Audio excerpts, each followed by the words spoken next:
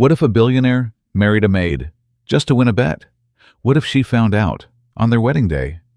And what if, against all odds, the lie turned into love? This is not just a story about betrayal or wealth.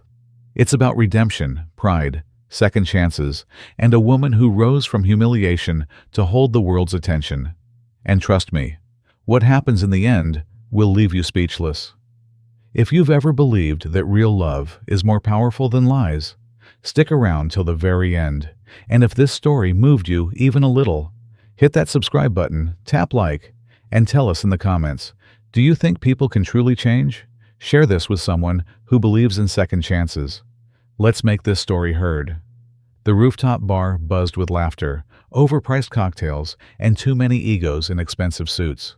Nathan Cole stood at the edge, glass of bourbon in hand, gazing at the Manhattan skyline like he owned it. Because, in some ways, he did. Still think money can fix anything? Caleb Morgan's voice sliced through the music, cocky and sharp. Nathan smirked without turning. It doesn't fix. It replaces. Caleb let out a laugh, but there was no humor in it. Bold words coming from a guy who's never had to scrape a single dime together. Nathan turned, eyes cold. What's your point?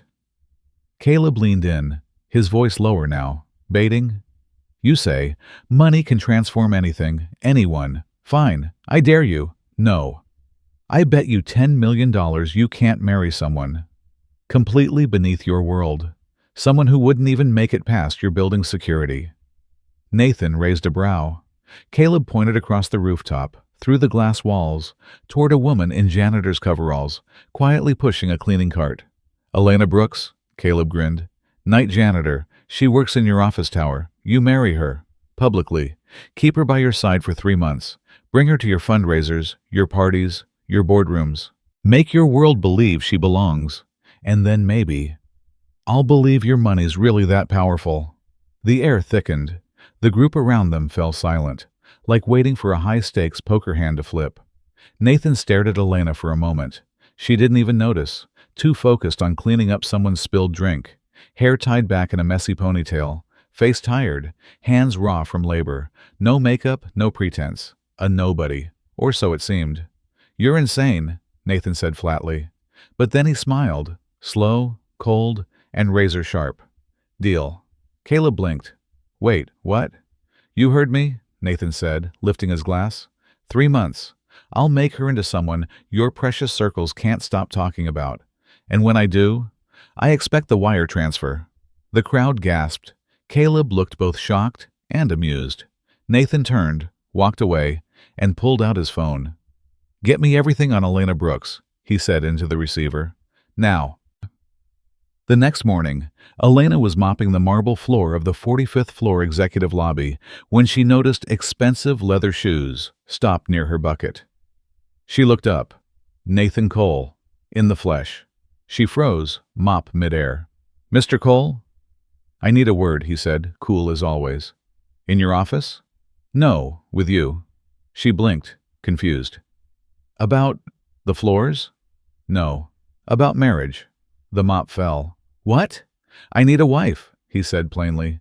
It's temporary, 3 months, strictly a contract. You get a paycheck that'll wipe out your debts, your father's hospital bills, and then some. She stared like he was out of his mind. Is this a joke? Nathan pulled out a sleek envelope and placed it on the security desk nearby. It's real.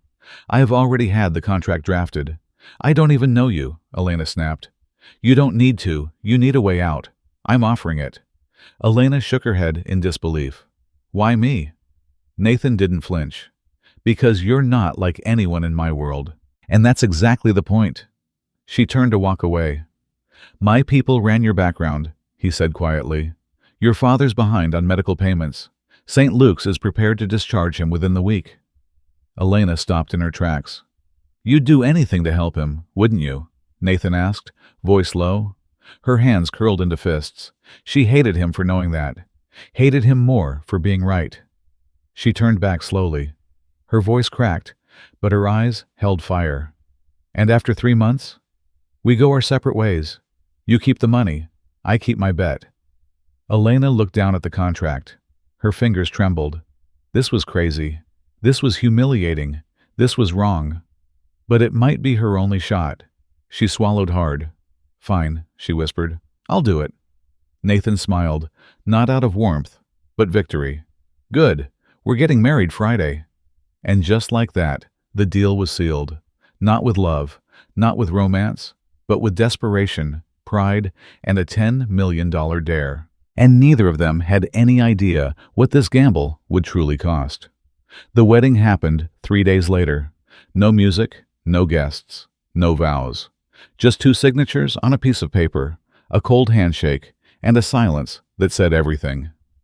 Elena Brooks walked out of the courthouse in a borrowed white dress 2 sizes too big, her eyes blank.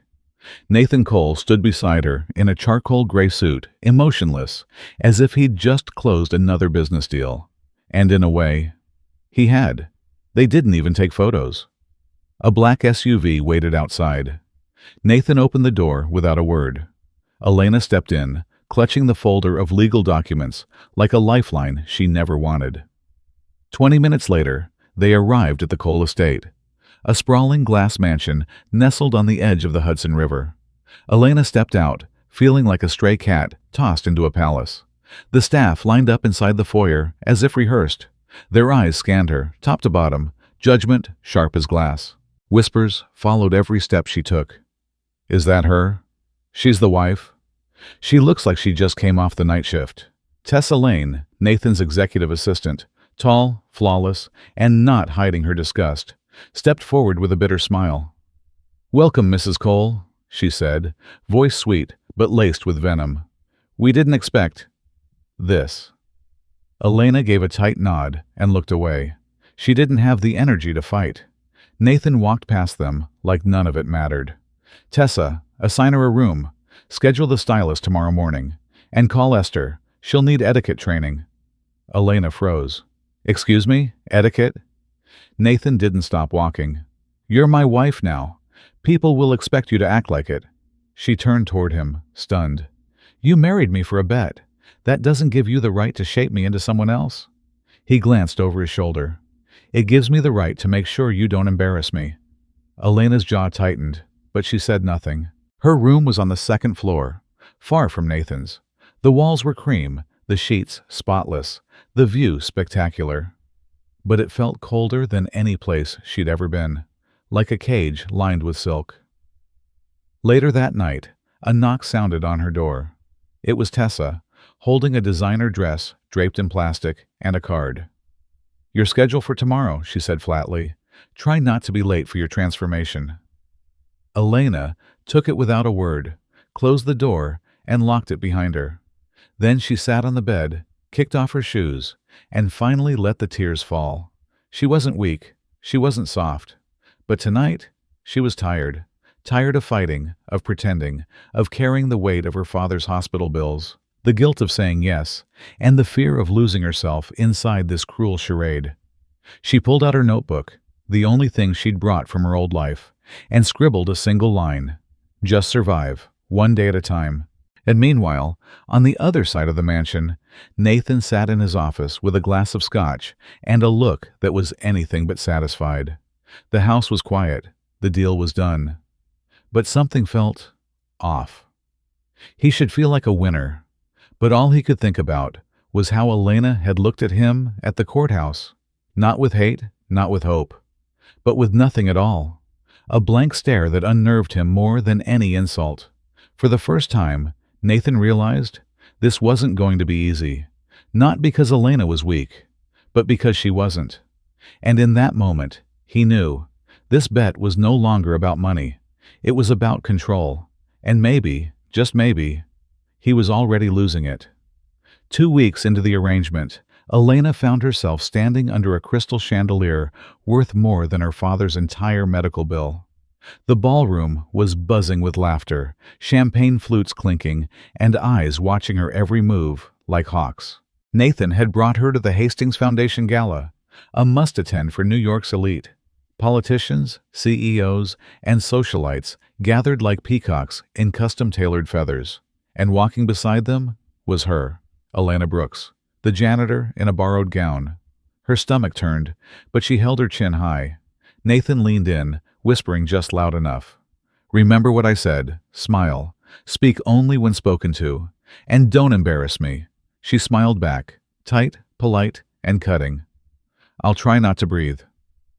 They entered the ballroom, and just like that, the room shifted. Heads turned, conversations stalled. The whispers started instantly. Is that her? She's his wife? She looks like the help wandered in. Elena kept her posture straight, every step deliberate. But her heart pounded like a war drum. One wrong word, one shaky smile, and she'd drown in a sea of silk and judgment. Tessa approached in a sleek, black dress, smirking like a predator. Mrs. Cole, she said, with a venomous sweetness. You clean up decently. Thanks, Elena replied. You almost sound surprised. Tessa's smile faltered. Then came Caleb Morgan, arrogant as ever, glass of red wine in hand, cutting straight through the crowd with a grin that spelled trouble. Well, well, he said loudly, making sure everyone heard. Nathan Cole actually did it, married the janitor. Bold move, my friend. You always had a thing for charity work. People laughed, soft, cruel, the kind of laughter that stings more than insults. Elena stood still, face unreadable. But inside, her blood boiled. Nathan didn't say a word. He just sipped his drink, cold, detached. Like this wasn't about her. Caleb circled her slowly. So, tell me, Mrs. Cole, do you dust the furniture before or after dinner? That did it. Elena smiled, calm, composed, and sharp as glass. You know, Mr. Morgan, she said, voice smooth but steady. In my old job, I cleaned up after people who thought their money made them important. Funny how nothing's really changed. The entire table froze. Caleb blinked. Excuse me? Oh, don't worry. I won't touch the silverware, she added. I'm sure you've licked it enough already. Someone actually choked on their drink. Caleb's face turned red. Tessa looked stunned. And Nathan, for the first time, looked at Elena like he was seeing her. Not the maid, not the pawn, but a woman who just silenced an entire room with a single smile. He watched her from across the table, watching her own the moment. No fear, no apology, just quiet fire. Caleb forced a laugh. Wow, she bites. Careful, Elena replied. I'm still learning etiquette, but I pick things up quickly. That earned her a few raised eyebrows, and a few reluctant nods from the wives who'd spent years being decorative and silent. Nathan leaned in to whisper again, but this time, his voice was different. You really don't care what any of them think, do you? Elena didn't look at him. Should I? He stared at her, and for the first time, he didn't know the answer.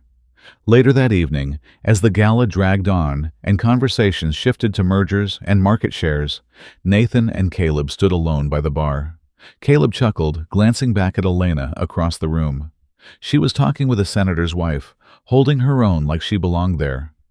You sure you know what you're doing? Caleb asked. She's not like the others. You might want to watch out. Nathan raised a brow. Why? Caleb grinned. Because she might be smarter than you. Nathan didn't respond, because deep down, he was starting to think the same thing, and that terrified him. The gala had ended, but Elena's words lingered in Nathan's mind like an echo he couldn't shake. That night, the mansion was silent, but his thoughts weren't. He poured a glass of scotch, loosened his tie, and sat in the study, staring into nothing. Across the hallway, Elena's bedroom light was still on. Nathan stood up, walked past the door, paused, and kept going. But the next morning, everything shifted. She was already gone. Early errands, she'd said. Tessa mentioned something about a fitting downtown. Nathan didn't care, until he saw the notebook. Left on the coffee table, worn edges, doodles on the front. Not the kind of thing you'd expect from someone forced into a billionaire's world. He picked it up, flipped it open, and froze. Page after page, filled with hand-drawn UI designs, wireframes, notes on machine learning models, algorithm breakdowns, app flowcharts, sketches of dashboards, and user journey logic. But it wasn't random. It was brilliant. Clean structure, intuitive design, efficient problem-solving notes scribbled in the margins. This wasn't doodling. This was professional. Nathan stared at it for a long moment, then whispered to himself, "Who the hell are you, Elena Brooks?" He snapped the notebook shut and marched to the staff wing. Straight to Mrs. Green, the housekeeper, who'd worked for his family since before he could walk. She looked up from sorting linens, surprised. "Nathan?" She blinked. "Something wrong?" He held up the notebook. "What do you know about her?" Mrs. Green's face changed instantly. Not fear, just guarded caution. "What exactly do you want to know?" "Everything," she sighed. "Elena's not just some janitor, Nathan. She was top of her class at NYU.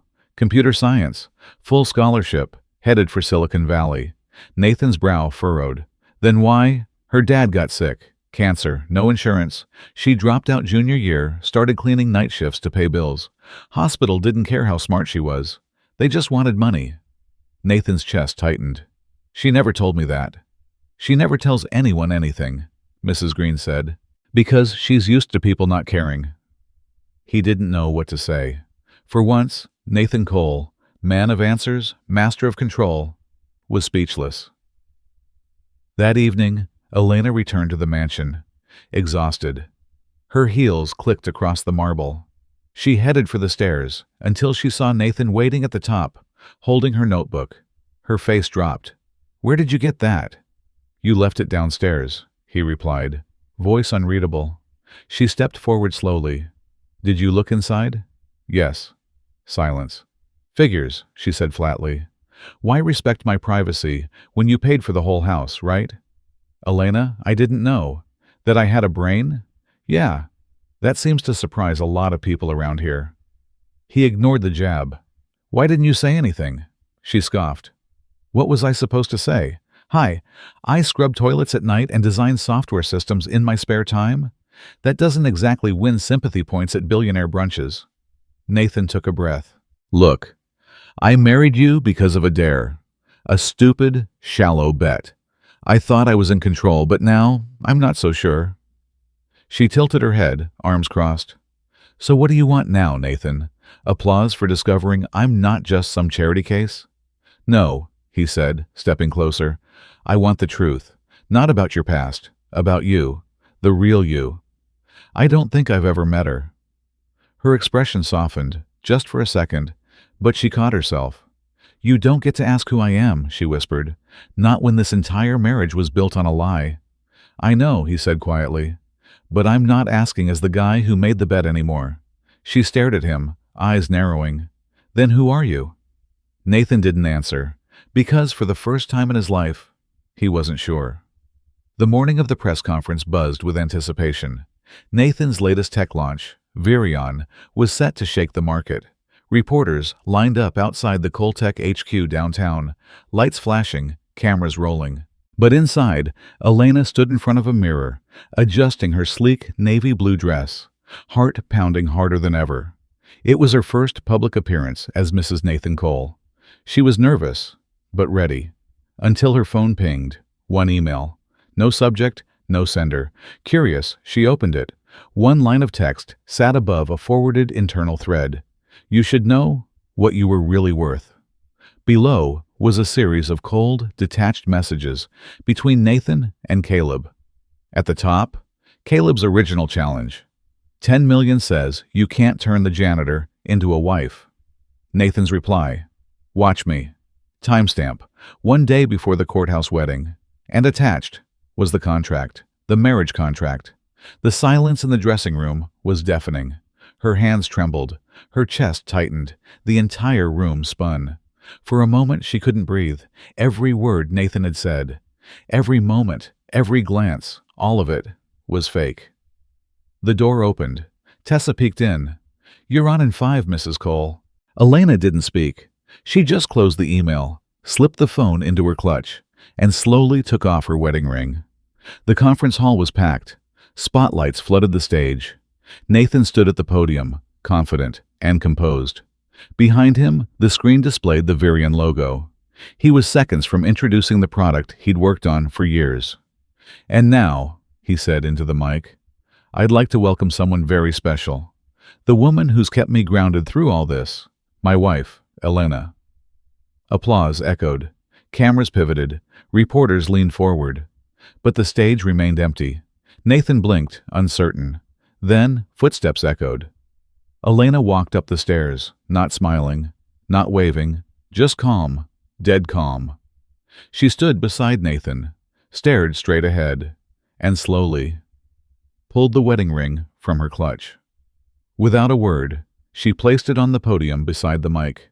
Then she looked at Nathan, really looked at him. The room went silent. Nathan's voice caught in his throat. Elena, But she was already turning, already walking away, one heel click at a time. No tears, no screaming, just quiet devastation. The press exploded. Was that a breakup? Did she just leave him? Did she even say anything? Nathan stood frozen. Cameras flashed like lightning. He didn't flinch. He didn't speak. He just stared at the ring. The one thing he couldn't control. An hour later, the story was everywhere. Wife walks out on Billionaire, Nathan Cole, live. Sources claim the marriage was a contract. Fake marriage scandal trends nationwide. In a single moment, Nathan had gone from industry genius to public embarrassment. Back at the mansion, Tessa burst into his office. You need to release a statement. Deny the contract. Spin this. Say it was a misunderstanding. No. Nathan's voice was low, but firm. No press release, no statement, no spin. Tessa blinked. But your reputation? I don't care. He stood, walked to the window, and stared out at the skyline he used to feel above. Now, it felt miles away. I did this, he whispered. I lied. I used her. And I lost her. Tessa stepped forward. Then fix it. He turned, eyes hollow. She read the truth, every word. There's no fixing that. He sat down slowly, dropped his head into his hands, and for the first time in his life, Nathan Cole had nothing to say. Not to the media, not to his team, not even to himself. Because this wasn't just a broken deal. This was the first thing he couldn't rebuild, and the only person he truly wanted had walked away without saying a single word. After the press scandal, Nathan Cole disappeared. No social media, no interviews, no boardroom speeches, just gone. The tech world buzzed with theories. Investors panicked, but Nathan didn't care.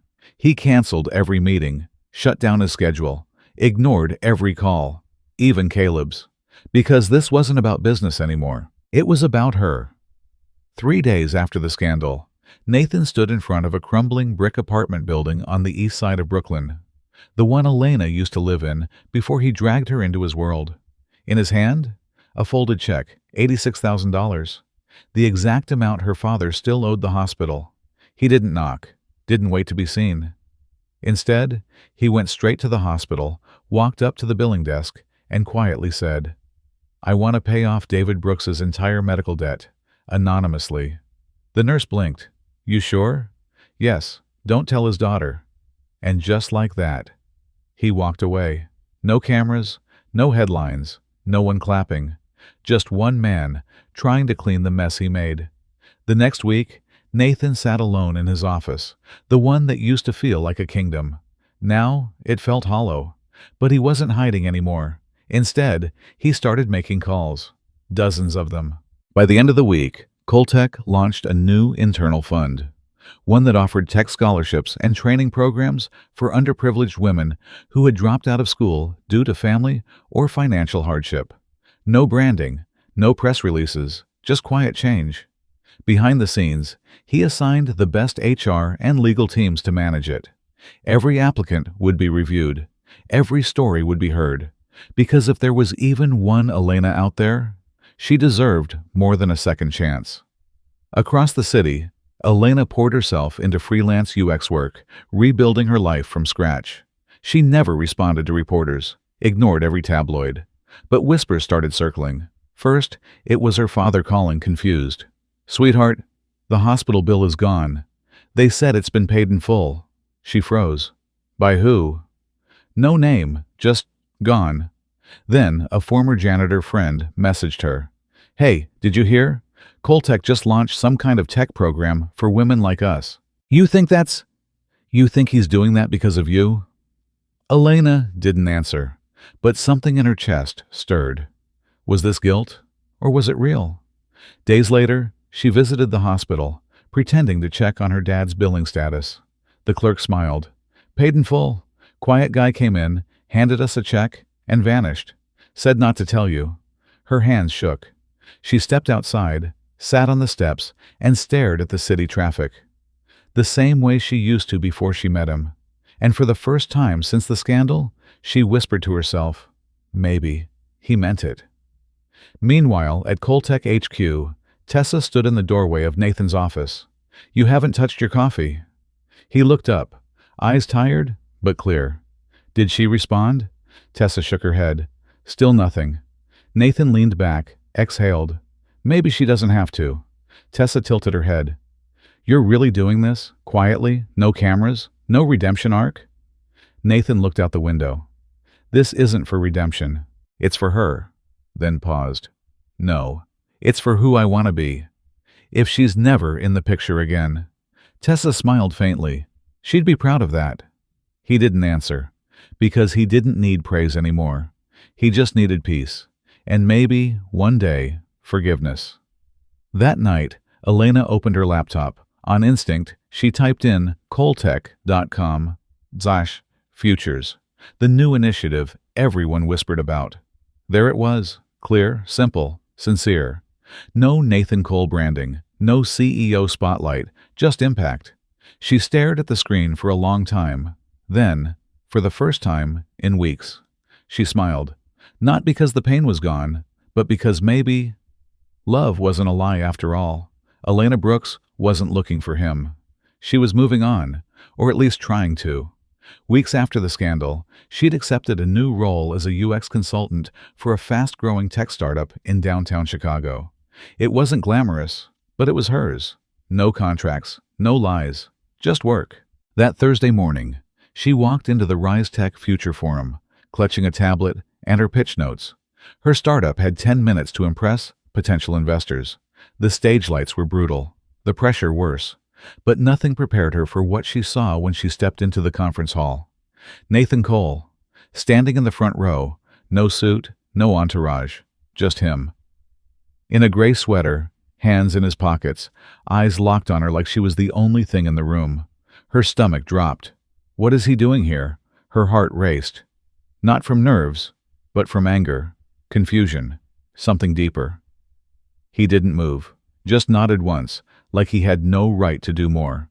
The host called her name. She walked on stage. She delivered her pitch, clean, sharp, poised. But she felt his eyes the entire time. Afterward, as people milled about and exchanged business cards, Nathan approached her, alone. Elena, he said gently. She didn't say a word. I'm not here to ruin anything. I'm not here with lawyers or media or bets. He smiled, then shook his head. God, I was such an idiot. She folded her arms. He took a breath. I came because I wanted to say this.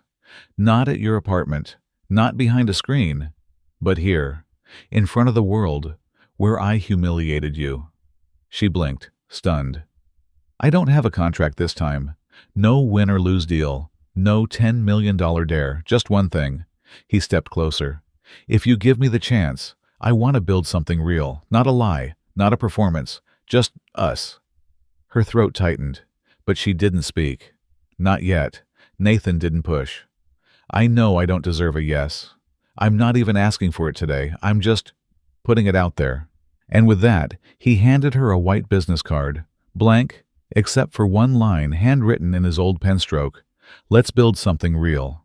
Then he walked away. No pressure, no explanation, just hope. A week passed. Elena tried to forget it, focused on work, on code, on clients. But every time she opened her design app, her hands hesitated. One afternoon, she came home to a small, square box on her doorstep. No name. She opened it slowly. Inside, neatly wrapped in navy paper, was their old prototype sketch. The one she and Nathan had once scribbled on a napkin during a long night in the guest house. It had been her idea, his coding notes, her interface mock-up, their first real collaboration before it all went south. Underneath, one sticky note. No bets, just belief. Her eyes welled up. This wasn't flashy. This wasn't public. This was personal. That night, She sat at her desk and stared at the sketch under a soft desk lamp. The room was silent, and then, almost without thinking, she picked up her pencil and began redrawing it. Meanwhile, Nathan stood at the back of a Coltech staff meeting. He didn't speak much anymore. He listened. He wasn't running the empire. Not right now. He was rebuilding the man behind it. When his assistant walked in and whispered, "Sir, you've got a delivery," he opened the small envelope slowly. Inside was a USB drive. Attached was a note in a familiar handwriting. "Let's build it together. E." He stared at it, stunned, then smiled. Not wide, but real. No games, no titles, no bets. Just a woman who had every reason to walk away. And maybe, just maybe, was choosing to walk back. The front gates of the Skoll estate opened slowly. This time, Elena wasn't being escorted. She walked in on her own, head held high, heels clicking across the stone path like she belonged there. Because she did. She wasn't the maid. She wasn't the contract bride. She was the woman he fell for. No bets, no games. Nathan stood in the garden, exactly where she expected him. It was twilight. The city lights flickered in the distance. Overhead, strings of warm Edison bulbs lit up the garden with a golden glow. A single wooden table was set beneath the old olive tree, the same place she once sat alone, crying the first night she moved in. Now, he was the one waiting. She stopped a few feet away. Nathan turned slowly, meeting her eyes. He wasn't wearing a tux, just a soft navy suit, sleeves rolled. No crowd, no photographers. Just a man ready to finally mean what he said. "I thought I'd lost the right to ask you this," he said quietly. Elena's eyes shimmered, but she stayed silent. Nathan stepped closer. From his pocket, he pulled a small velvet box and opened it. A new ring. Not flashy, not gaudy, just simple, elegant, real. "Our first marriage was built on a lie," he said. "A bet, a dare." He paused.